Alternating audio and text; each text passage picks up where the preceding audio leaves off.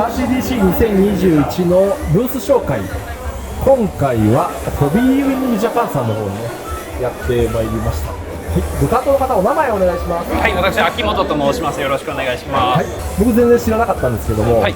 全日本チャンピオンだっていう、夜の飲み屋のチャンピオンですか？いや違います。こっちの方です。ラジコンもオフロードの方で、もともと活動させていただいております。なるほど。いつのチャンピオンなんですか？チャンピオンになったら2009年と2012年になっております。はい。なるほど。世界戦も出た？そうですね。世界選手権も2年に1回海外行かせていただいて、何回か参戦しております。どこの国が良かったですか？そうですね。良かったのは、結果としても思い出だったのは、フィンランドと、あとは中国でやった世界選手権も非常に思い出深いというところになります。夜はいい思いいっぱいしたんですね。そんなことないです。そんなことない。やめてくれって。はい、じゃあね、商品のね、ちょっと推しの商品をちょっと紹介してほしいんですけれども、AKB の誰ですか？ AKB ですか？ AKB こじはるですか？こじはるね。じゃあどれからいきましょう？そうですね。まずはうちの方が最近発売開始しました、ドリフト向けのアンプ、XD10 Pro になります。XR10 とかいうのがあって、ね、そうですね。主にオンロード、オフロード向けが XR10 というシリーズで、で今回はホビングで初めて XD っていうのが、D がドリフトなんですけれども、なるほど。でドリフト向けのデザインとプログラムを組み込んだ最新 ESC という形で3色販売を開始させていただいております。でこのアルミクーリングファンも標準装備で入っております。これモーター何ターンまでいけるんですか？モーターは 8.5 ターンまでご利用いただけます。じゃあ次に、はい、こちらも同じく同時期に発売を開始したドリフト向けのD10 というモーターになっています。こちらも3色ラインナップしておりまして、10.5 ターンと 13.5 ターン2種類、計6種類ラインナップしております。で、内部の構造がこちらになってまして、中にファンがついてる。そうですね、ローターにファンがついてまして、高回転で回したとき、やっぱドリフトは非常に負荷もかけてるとかったりとか、熱の対策も必要になると思うんですけども、ファンにローターをつけることによって、回転させながら内部も冷却が促進できるっていう形の設計になっております。やっぱりそういう中にファンがついてるタイプっていうのは全然違う。そうですね、やっぱり冷却の面で言ったら、ついてるかついてないかでいうと、ついてる方が非常に高結果だったというところがありましたので、今回採用しているという形になります。デザインがなかなかそうですね、はい。これはスパイダーマンかなんかですね。いや、そういうわけじゃないです。スパイダーマンもちょっとそういうわけじゃないです。でね、こちらね、あとこのセッティングカードと、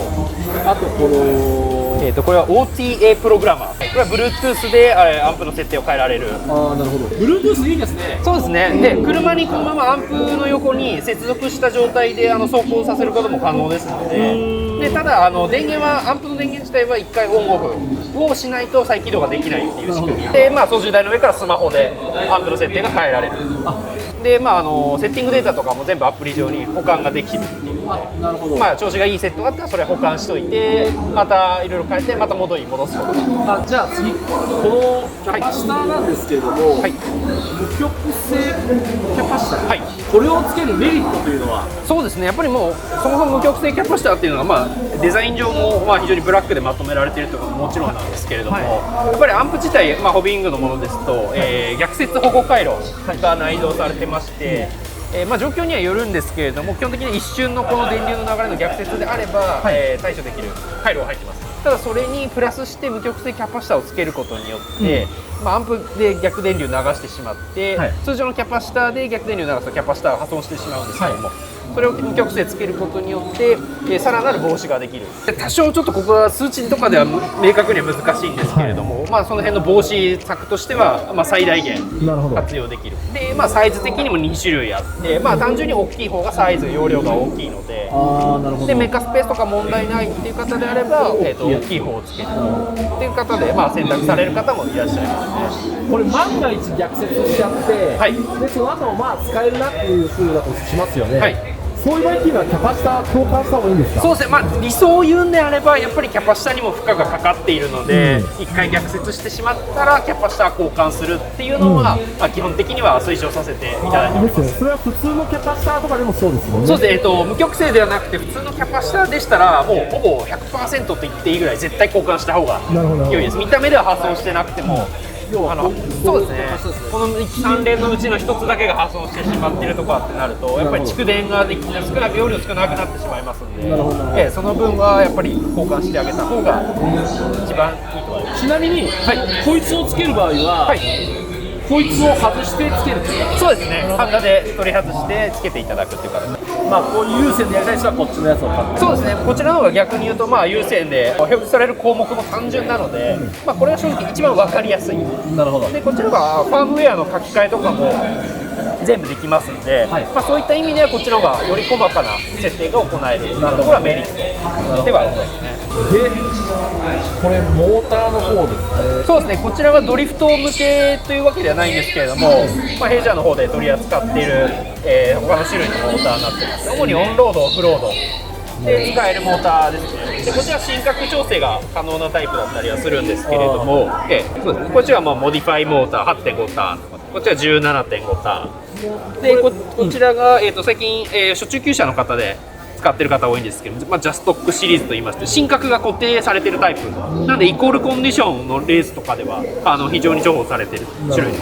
モーターになっております。で、秋元モデルはないの？秋元モデルはないです。ないの？秋元モデルはないです。で、こちらで今まで売ってるアンプ、いろいろあります。そうですね、こちらが一番初心者様向けで、これドリフト関係ない、オンロード、オフロード関係なくなんですけど、ブラシモーター専用ですね、のアンプで、リーズナブルな3500円ぐらいの非常に安いので、初心者の方には非常におすすめ。そうですね、最初はこれはいいかもしれない。でこちらもブラシレスシリーズで5、6000円ぐらいの価格で、ブーストターボはないんですけど、こちらも初中級者の方に非常に人気で、こちらもちょっとサイズは小さいんですけれども、ブーストターボ使えるアンプになってまして、XR10 じゃないですか。XR10 のストックスペックっていう V4 っていうアンプなんですけども、こちらも30種類ぐらいの項目変更が可能になってますので、もう中上級者、上級者向けのアンプと中身のプログラムはほぼ一緒なんですけど、その分ちょっとサイズとあとお値段っていうところで視点はちょっと下にはなるんですけど、こちらも中上級者の方に非常に人気ですね。これも XR10 じゃん。そうですね、こちらも最近販売開始しましたジャストックって G3 っていうアンプなんですけども、こちら回転数制限ができるプログラムが入ってたりしまして、でブーストターボはなし、なので、こちらのジャストックっていうモーターとこのジャストック G3 のアンプ、この組み合わせでコンボセットも販売させていただいてるんですけども、ブーストターボないんだこれ。そうです、これはもう最近オンロードとかで人気、オフロードもそうなんですけども、ブーストターボなしで回転数を制限してみんな同じスピードになるようなイコールコンディションでレースを楽しもう。タイヤをピコピコ測ってるやつ？そうですね、それをアンプ側でも回転数でモーターを測って制限できるっていうアンプとモーターのセットで、こちらも今非常に中級者向けのお客様に非常に人気の商品になっております。じゃあ、秋元さん、好きな女性のタイプは？好きな女性のタイプですか？好きな女性のタイプは芸能人でもいいよ。芸能人、そうですね、有村架純みたいな、ああいう感じですよね。可愛いですよね。なかなかいませんか？そうですね、ちょっとホビーウィングを売りまくって、ちょっとそうですね、どうにかこうにか金に物を言わせてゲットしましょう。そうですね、ちょっとやってみます。すみません、ありがとうございました。はい、ありがとうございました。よろしくお願いします。